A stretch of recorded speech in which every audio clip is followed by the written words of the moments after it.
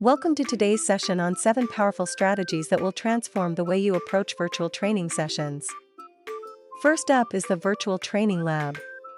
A VTL is a safe, virtual environment for learners to practice new skills, making mistakes without real-world consequences. It's like a virtual apprenticeship, allowing them to experiment and solidify their learning.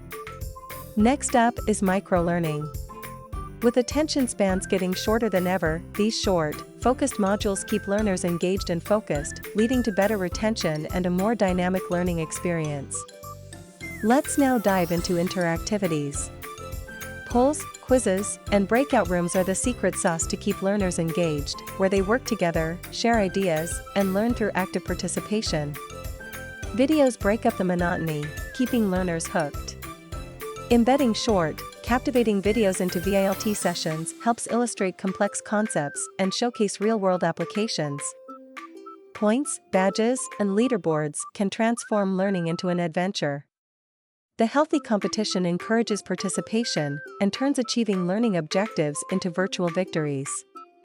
Asynchronous learning through pre-recorded lectures, reading materials, and online tutorials allows learners to delve into specific topics at their own pace, fostering holistic understanding.